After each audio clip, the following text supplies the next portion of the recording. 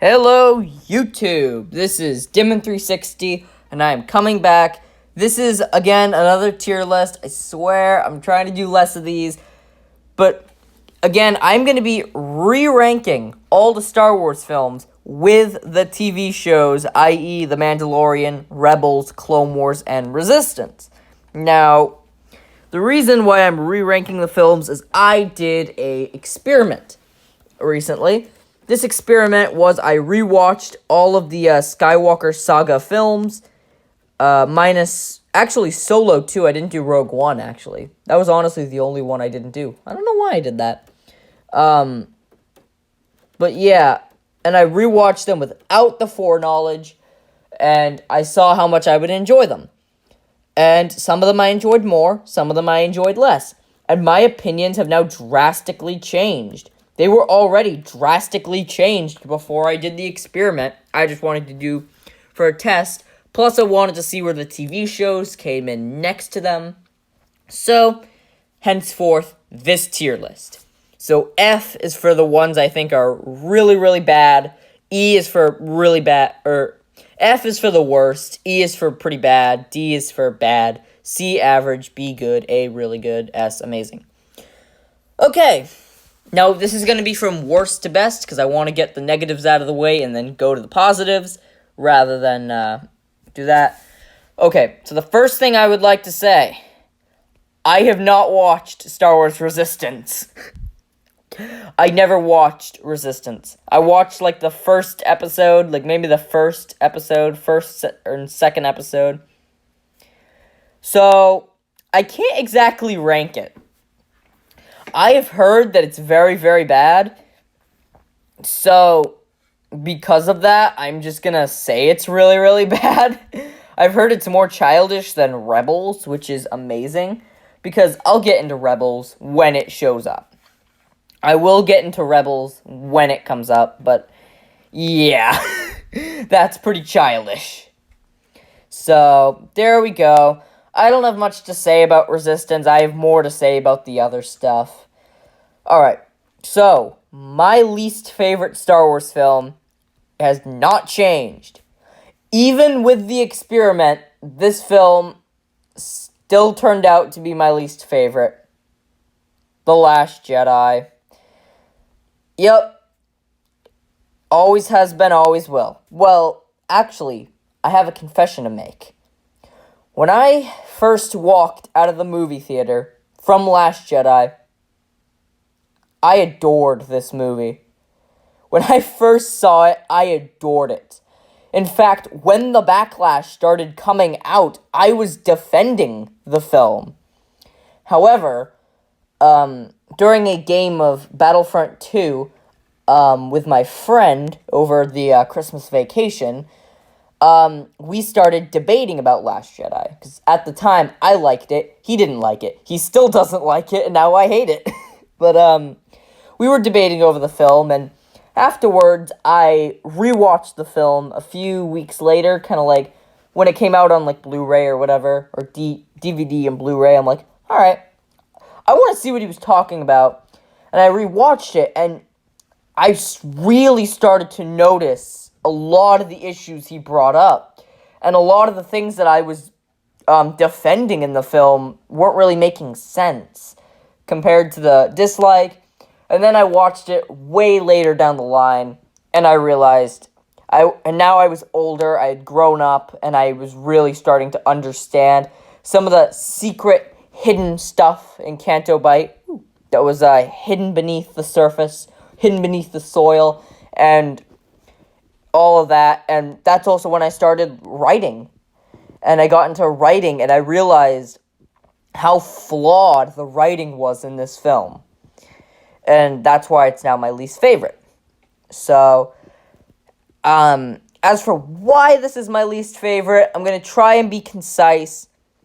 So, I don't buy Luke Skywalker. I'm okay with him being a hermit, but, you have to give me a better explanation than that. You just have to give me a better explanation than that. So, there. Also, the moment that killed Luke in this movie for me was him considering murdering Kylo in his sleep.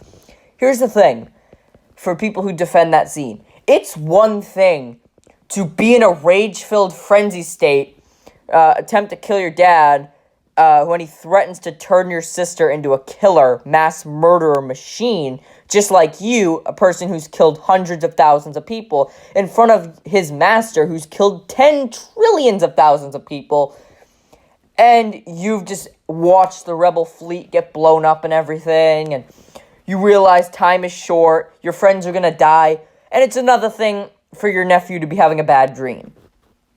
So, I don't buy it. I don't buy all that. Canto Bight, what more needs to be said? We all know the truth about Canto Bight. We're just too afraid to say it. Well, actually, no, we're not. We are not too afraid to say it. People know the truth about Canto Bight. We know why, even though this film killed Solo: A Star Wars Story, even though we know it's going to be Rian Johnson's trilogy is going to be a box office flop, Kathleen Kennedy's still giving him that trilogy. We all know why. It's all in the politics. And that's exactly what Canto Bight is. I'm not going to get into that because I hate politics. Oh no, I'm not brave enough for politics. Yeah, Revenge of the Sith has gotten a higher ranking since last time. So, yeah. And the big thing in this film, the biggest reason why this is in last place, and my biggest frustration when debating about this film, is when people argue that The Last Jedi was the first Star Wars movie to take the franchise in bold new directions. Oh my god. Okay. Allow me to walk you through every missed opportunity of great storytelling that this film missed.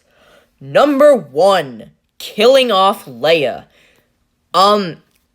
You realize that Rian Johnson had every moment to reshoot this film after Carrie Fisher died, but he was so prideful of his work that he didn't let her die, even though there was the perfect opportunity to let her, and gave Rise of Skywalker way more problems than it had to be.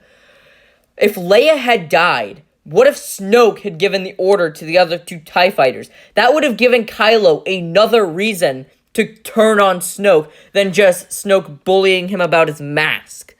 That would have really motivated everybody. Luke, Kylo, Rey, Poe, Finn, everyone. It would have motivated. Rey joining Kylo. That would have been a crazy new direction to take the franchise in bold new directions. The limits of storytelling would be near endless. Finn's sacrifice. Finn sacrificing himself. That could be a catalyst for Rey turning to the dark side. Or Kylo turning to the light. Maybe Phasma sees Finn as a true hero and defects. Maybe that leads to Hux or Phasma's defection. Rose sacrificing herself for Finn to motivate him to keep fighting. Finn trying to save the stormtroopers. Explore his force sensitivity. Explore how he resisted the brainwashing. We could explore Captain Phasma. Why didn't they keep that deleted scene where Finn completely exposes Phasma? That was a really cool deleted scene. I guess they needed to do horseback riding and capitalism politics over good storytelling. That is the problem with this film. It is want over need. Rian Johnson is putting his want before the needs of the story. He made a film for himself, not for the trilogy. And it seriously damages this trilogy. It blows it off course. Not that Rise of Skywalker didn't do that either. But that really kills it. So, again, if you love The Last Jedi, if that's your favorite Star Wars movie, I am not hating on you. I will not attack you. Again, this is subjective. This is not fact. This is just my opinion. You are allowed to have other opinions. You can have opinions on this channel. And I promise you, I will not let you get attacked over them. You will not be attacked or bullied over them. I promise that. Like, if you love The Last Jedi, I will support you on that. Last Jedi is not a completely bad film. There are good things in it. But for me, the bad outweighs the good by a huge margin. That doesn't mean you can't like it. And the same with every Star Wars film. And I hate that I have to say this with this film, but I don't have to say this with the other films. But that's another thing I hate. But that's more fan-base related than movie-based. But, well, unless you count Rian Johnson bullying people on Twitter over critiquing this film. But we're not going to get into that. So, next is our first kind of change, and Rise of Skywalker is now at number 10. So, yeah. So, during the experiment that I previously stated, I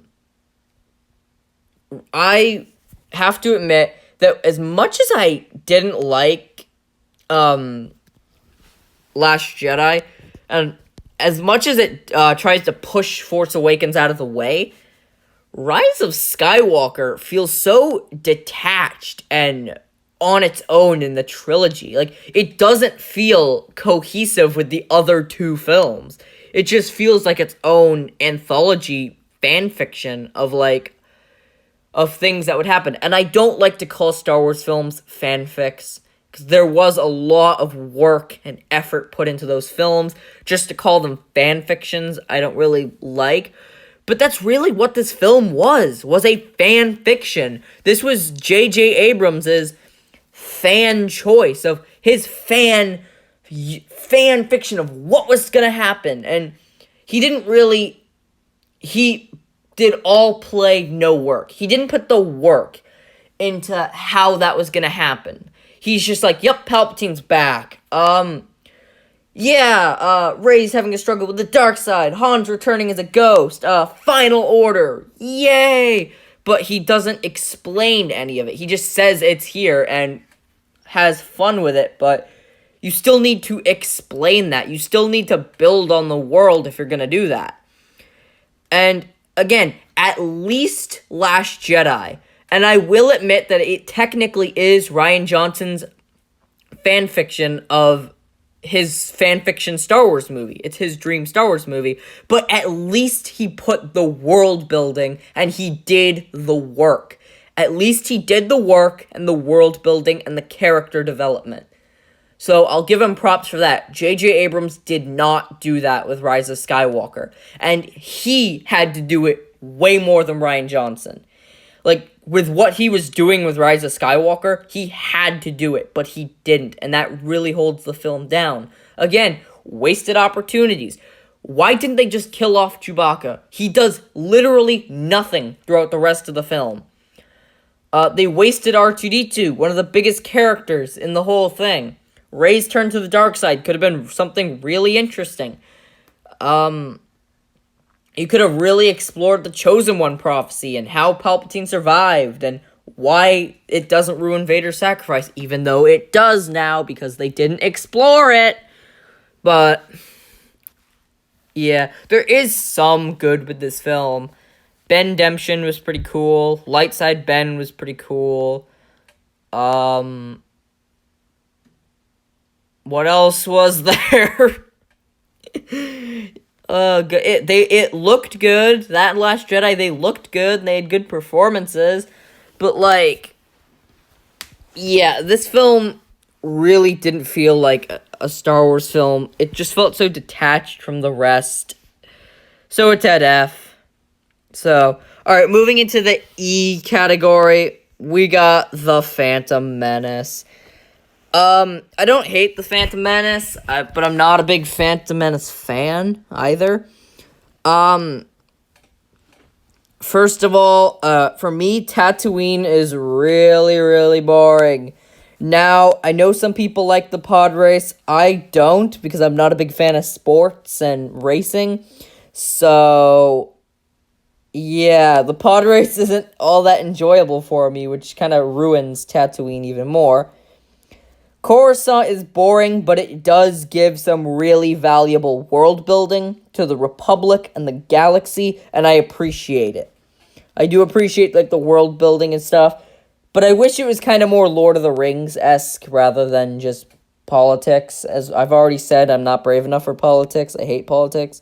I try to get as far away from them as I can. But yeah, I'm just not a fan. Though, I do have a lot more good with this film. The Darth Maul Duel of the Fates is awesome. The soundtrack is awesome. Even the lightsaber battle on Tatooine is pretty cool. The escape from Naboo is pretty cool. I hate Jar Jar and Boss Nass so much that I love them in a way. Like, okay, I have a theory for y'all. I don't think Darth Jar Jar is the true Sith Lord. I think he's the apprentice. In fact, I think that Jar Jar is the apprentice to Darth Boss Nass. Yes, I believe Boss Nass is the true Dark Lord of the Sith, and Darth Jar Jar is his apprentice. Boss Nass allowed Qui-Gon and Obi-Wan to escape with the Queen to find Anakin, only to join them in their alliance to overthrow Sidious and Maul so that he and Jar Jar could take the throne and enter the galactic politics. And just like Plagueis did with Sidious, he manipulated events to bring Jar Jar into the political realm. And he and Jar Jar manipulated events to hit Jar Jar to give emergency powers to Palpatine to wipe out the Jedi and take over the Empire. However, they also manipulated events to allow Luke and Leia's birth so they could kill to kill Vader and the Emperor. Ha ha ha. Yes, this is my major fan theory. The Boss Nass and Jar Jar were actually the true Sith Lords. So yeah. So now that I've come up with that fan theory, every time they're on screen just makes it so much better for me. I always like laugh so hard because I have that theory that they're both Sith. So that's one of my favorite fan theories that I've ever came up with. Boss Nass being the true Dark Lord. What if Darth Plagueis the Wise is actually Boss Nass? Oh god, I gotta get it out of my head. How dare I offend Darth Plagueis with such a character? I love Plagueis. I love that book. Oh god. But yeah, that's Phantom Menace. Okay, so this is really tricky for me, but I'm gonna put Attack of the Clones. The romance alone would put it below Last Jedi for the dialogue and everything. But, everything with Obi-Wan Kenobi and the world building with the clones and Kamino and the Separatist movement is really, really cool.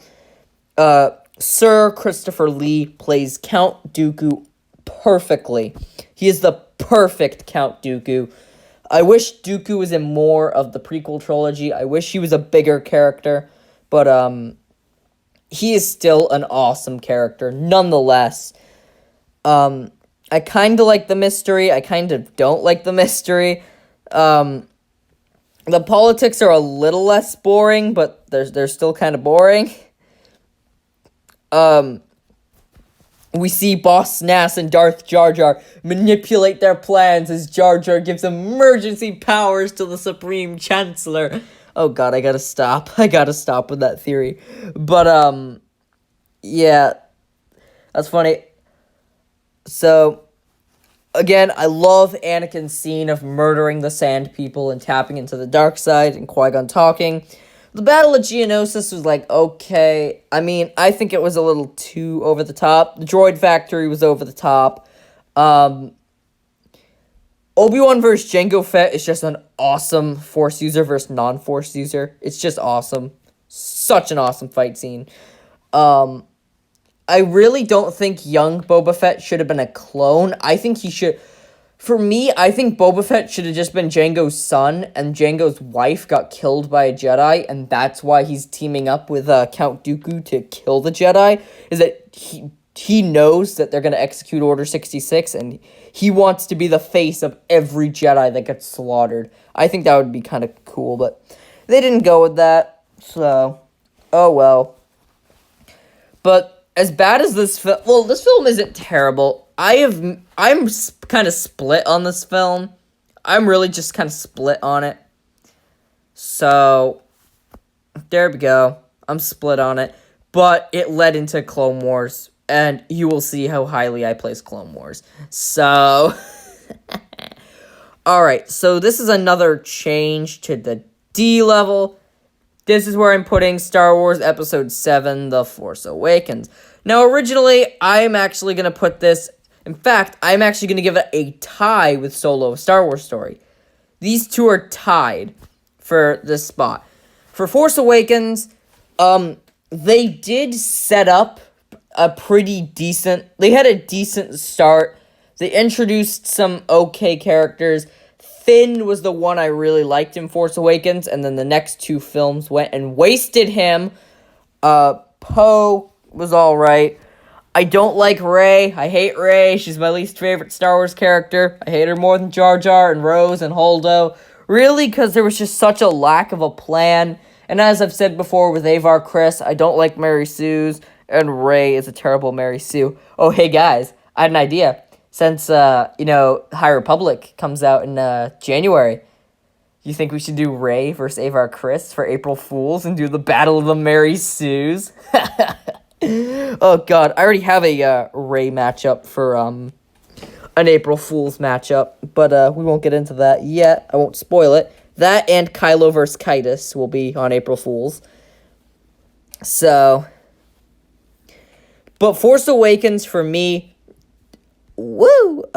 makes the same errors as Rise of Skywalker, all work, no play. Like, all play, no work. They don't really set up the world that good. They don't really set up the world building very good. They don't have enough world building. Like, even Last Jedi has better world building than Force Awakens. Kylo Ren sets himself up as really intimidating, and then he turns into a temper tantrum-y boy, which I really could have done without the temper tantrums. I'm okay with him being a disturbed individual, but I'm not okay with him throwing temper tantrums. And that is just an insult to Adam Driver's acting, especially with the next two films. I wish they did more with, I wish instead of making Han and Leia go back to their original trilogy selves, they, actually continued their stories rather than push them back. And Starkiller Base was so unnecessary. I'm gonna get into reasons why I'm okay with the second Death Star based on a theory that I created. But, yeah, Starkiller Base, I don't stand up for that. Captain Phasma was wasted potential. BB-8, we really didn't need him. But there is good. I really like the fight between Finn and Kylo Ren. Not Rey and Kylo, but Finn and Kylo. I think Harrison Ford and Chewbacca have some good banter. I like the thing where, same thing as I always do, talk my way out of things. Chewie roars, he's like, yes I do, every time. I love that line. I think that's very funny. So, I'm like, oh yeah, that's a very funny line. But, I mean, I don't know, there was so much potential for world building that they didn't take, and that's really the big problem with J.J. Abrams as a director, is he doesn't really focus on the world building, and that really hinders Force Awakens for me. Solo: A Star Wars Story does do world building, and it does it quite well, actually. It explores the criminal underworld, the life of a smuggler, how they work, how they operate with the other criminal syndicates and everything. I think it has really good world building. I am fine with young Han. I think the actor did a really good job. Lando, you know what? I'm personally fine with it. I know some people aren't. It's cool. I'm okay with Kira. I mean, I want to kind of see where that leads up to. What happened to her, and I do want to see the inner workings of, Crimson Dawn and Dryden Voss and all of them. I think that would be really cool. I liked Beckett. I thought he was cool. I liked all the characters except for L3. Again, we know why she was there. We all know why she was there, but we're not going to get into that. Also, I know some people might get a little angry about this, but I think Darth Maul was a terrible decision for Solo. like, not that Darth Maul's a bad character. I'm not saying that at all. But I really think they should have done something different. Like, for people who have watched Clone Wars and Rebels like I did, it was like, oh yeah, he's back. Oh, okay, cool. Imagine if it was Prince Xizor from Shadows of the Empire making his return to canon. That would have been awesome. But no, they just stuck to what they had and brought Maul in, and it just kind of feels anticlimactic. So, yeah. This film at times also kind of feels like it drags. The Han Solo getting his name from an officer kind of feels really, really weird. Really, really weird. Lando's romance with L3 is just really, really weird. Like, I'm okay with equality and everything, but, like, that's going too far. Like, that's going way too far with that. Again, I don't really know how much I like Enfys Nest being a child. I'm okay with her being a good person, but, like, why does she have to be a child? I don't really get that. And I don't know, it felt out of character for Han Solo to just help these guys for no reason. Like, why didn't he just sell the coaxium? Like, I don't know, it just didn't feel in character for that Han Solo. So that's why Han Solo, the movie, and Force Awakens are tied for D. Alright, at letter C. Okay. So letter C, after the... Whoa. Sorry, I have a lot of fingerprints on my my phone because I keep swiping. So, alright, at C, we're gonna have, bear with me guys, The Mandalorian Season 1. I do like The Mandalorian. I do like it. And I will be watching Season 2. Maybe Season 2 will change this placement. Who knows? But, when you actually think about it, which episodes are actually necessary to watch? The first one, the third one, the 7th, 8th, and maybe the 4th episode. All the others are filler. Episodes 2, 5, and 6 are filler. Sure, episode 6 says Bill Burr, and that's kind of cool, but it's filler. When they could have added more to the story rather than just filler episodes. I would have rather developed each of the characters more, and I hope Season 2 does that. But when half the season is made up of filler episodes, then, like, that's not very good. That isn't very good at all. Especially when each episode is about an hour long. Hopefully Season 2 is going to fix that up. But for what it does have, I do like all the characters. I like Mando. I like Cara Dune. I love Greef Karga. He's probably my favorite. Like Baby Yoda. I do love Baby Yoda. IG-11, Moff Gideon, and Queel.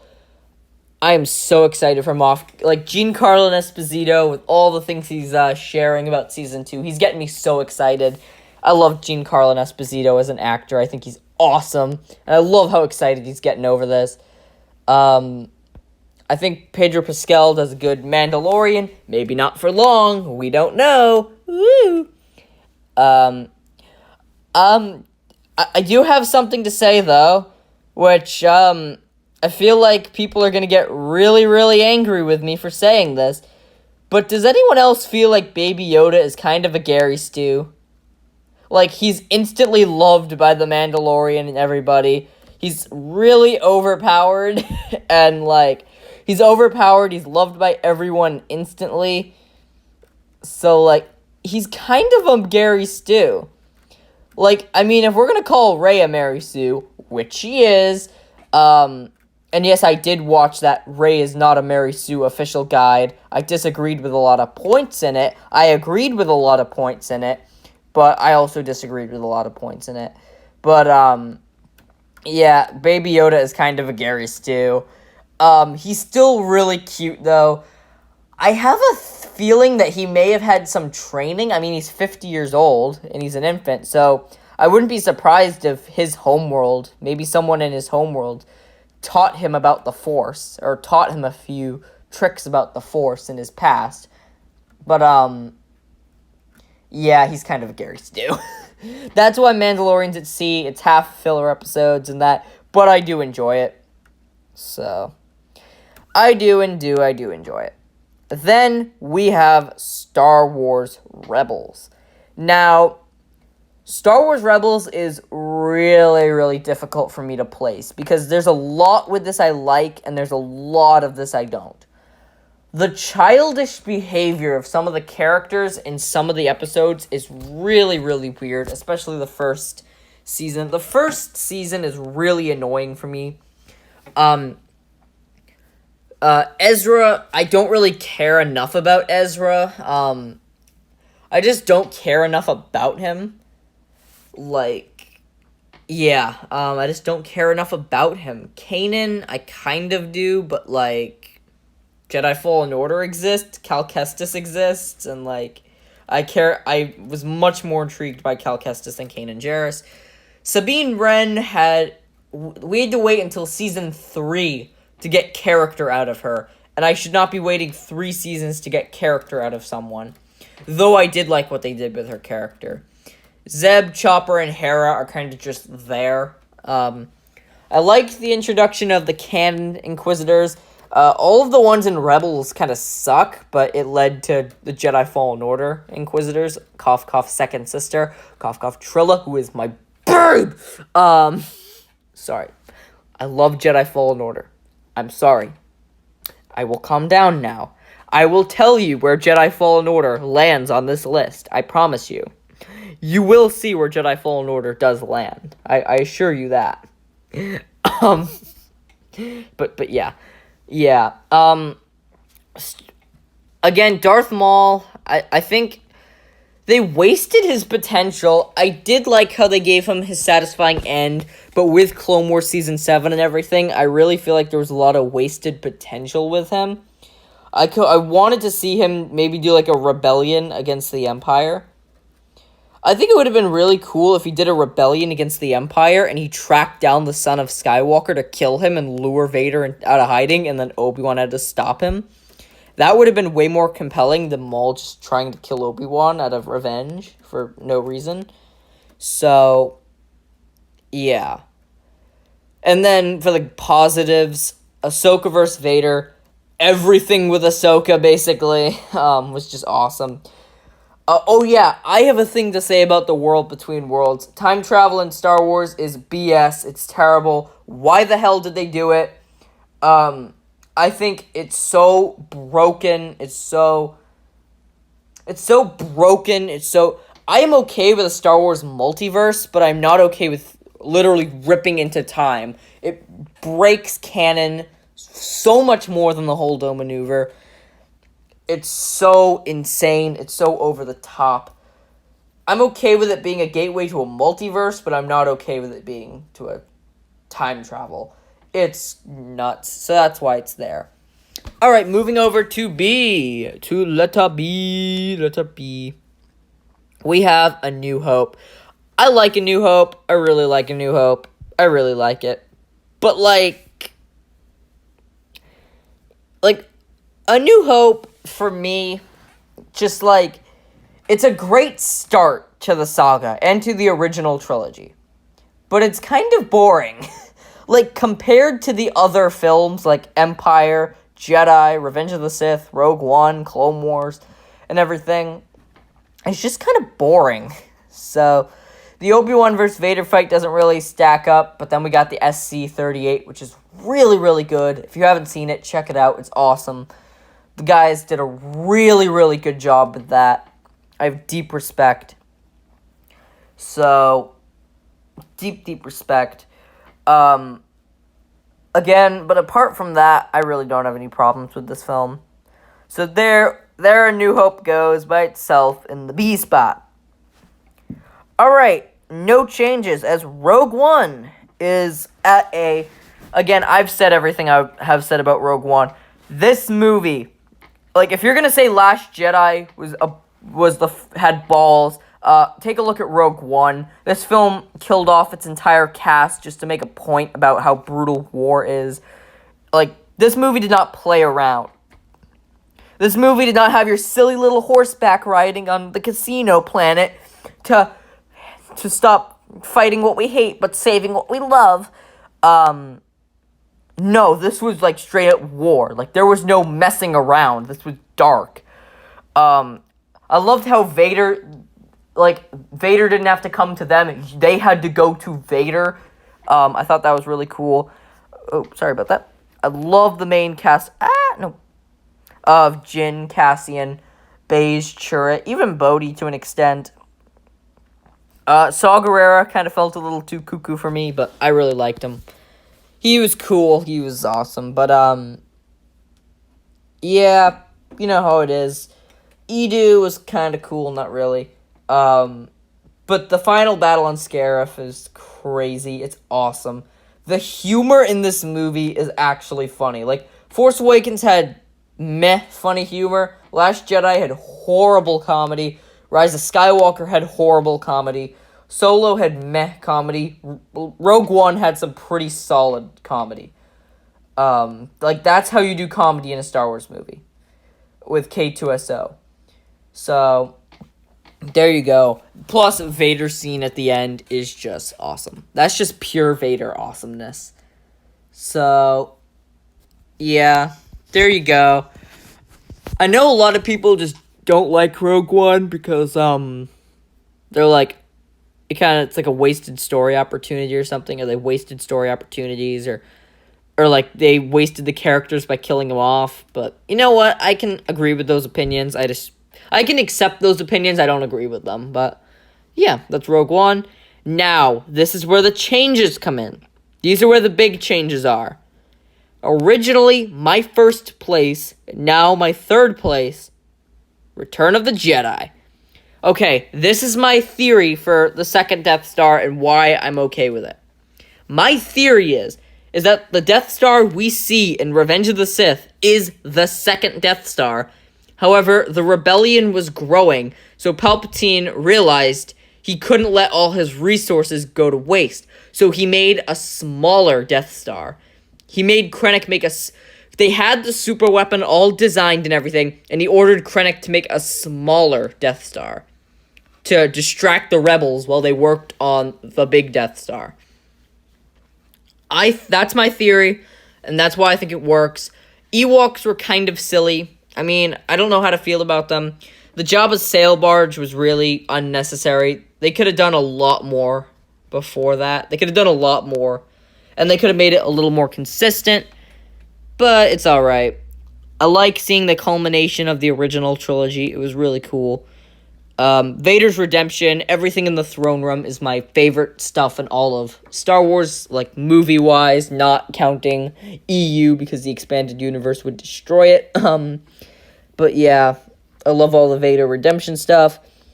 It felt a little off compared to the dark tone of Empire, but yeah, it's a really good film. Woo! Oh no, New Hope, you're still going in B. No, you're going in B. Okay, S tier. In second place, we have The Empire Strikes Back.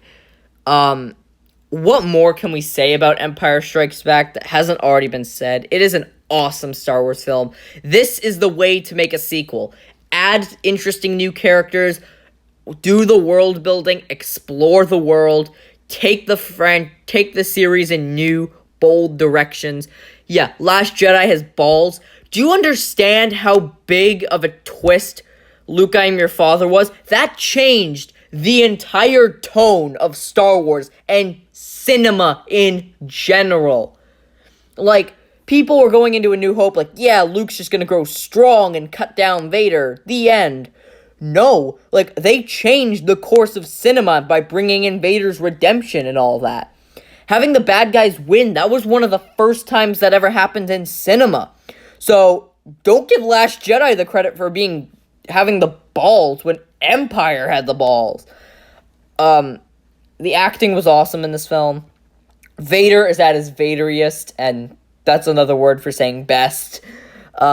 Introducing the Emperor, Yoda, Lando, Boba Fett, they were all awesome additions to Star Wars. I'm so happy they're all in there, especially the Emperor and Yoda. I love seeing Jedi training with Luke training under Yoda. I love exploring the Force with Yoda. The chase was kind of boring, but I mean, we're talking Empire chase scene compared to Last Jedi chase scene, so yeah, Empire's actually pretty entertaining. I like how Vader calls in the help of bounty hunters. I like how Vader does not take crap from no one. You mess up, he chokes the life out of you. That inspires fear. I like the duel between Luke and Vader. I love the visuals of Vader's silhouette. And I love how Luke still has a ways to go before he takes down Vader. Luke, I'm your father is an amazing plot twist. Maybe not as good as realizing you're Revan and KOTOR, but it's still awesome. It's one of the best in cinema. So, that's Empire Strikes Back for me. Also, Empire Strikes Back is a really underrated soundtrack, guys. Everyone is saying Revenge of the Sith has an awesome soundtrack, which it does. It has the best. But Empire Strikes Back has a really good soundtrack. It has Imperial March, Escape from Cloud City, Yoda's theme, Yoda and the Force. Like, all of those awesome themes. The Han and Leia love theme. All of those are so awesome. Battle of Hoth, all of it. Navigating the asteroids. But anyway, my number one Star Wars film is Revenge of the Sith. Now, I have really grown to love Revenge of the Sith, especially with Siege of Mandalore. Ewan McGregor is at his best. Hayden Christensen is at his best. Ian McDiarmid is at his best. The three of them are just dominating the screen. The memes are awesome. We all love the memes. Hello there. General Kenobi. I am the Senate. It's treason then. I have the high ground. All those awesome memes. Oh no, I'm not brave enough for politics. Again, that's what makes this movie so awesome. They get rid of the politics. They push the politics aside for this film and focus on the characters. That's a good thing. I feel like Anakin's fall was a little rushed, but then again, we have Clone Wars, and I don't know. I don't buy Anakin just killing younglings with no remorse, but having remorse over the Separatists. He probably did cry after the younglings, but, like, yeah. I wish his, like, crying was when he was about to kill the younglings, and he had that look of no remorse when he killed the Separatists. Anakin and Padme's romance is awful, but that's more to do with the romance in its entirety, not this film. The lightsaber battles are awesome. Count Dooku is awesome. As I've said before, I love his battle with Anakin and Obi-Wan in the movie. General Grievous is kind of cool, but Clone Wars made him into a buffoon. Oh, woo. No, Empire deserves S tier, doesn't deserve A tier. But yeah, Revenge of the Sith has the best soundtrack, some of the best acting in all of Star Wars. Really cool visuals with Mustafar and everything. And then Clone Wars. I'm putting Clone Wars at the top. Clone Wars, in my opinion, is overrated. I mean, if you want to know why, remember the episode with Quinlan Vos and Obi-Wan and Cad Bane. Remember the Martez sisters. Oh, Martez sisters. I'm getting shudders thinking of that horror. Remember what they did to my boy Grievous. They made him into a buffoon. They made General Grievous a buffoon. That is unforgivable. It is unforgivable to make him get defeated by Chief Tarple. What if Chief Tarful was actually Jar Jar's secret apprentice? You never know. Never mind. Should I just make a fan theory or fan fiction about Darth Boss Nass, Darth Jar Jar, and Darth Tarple? That would, if you want me to do that, leave it in the comments below, because I love that fan theory that I made. And Ahsoka was a train wreck in the beginning. But, for all its negatives, there is so much awesome. I argue that The Siege of Mandalore is better than any of the Star Wars films. I will argue that Siege of Mandalore is the best Star Wars film ever. Plus, Umbara, Ahsoka getting framed, Darth Maul taking over Mandalore, the Fives conspiracy arc, all of that, Mortis, everything with that is just beautiful. Beautiful. Watching growing up with Ahsoka, watching her grow up and mature throughout this war and go through these struggles makes her so relatable. I started this show hating her. If you told me when I first started watching this show that that Ahsoka was gonna be one of my all-time favorite Star Wars characters, and that I was going to be devastated when she left the Jedi Order, and when she fought Vader, and at the end of the Siege of Mandalore, I would have been get lost. And I would have been wrong. Because they turned Ahsoka Tano into one of the greatest Star Wars characters ever. Even including Legends. She is such an awesome character. Getting to grow up with her was truly an honor to grow up with this character. Oh, no, I don't want to stop recording.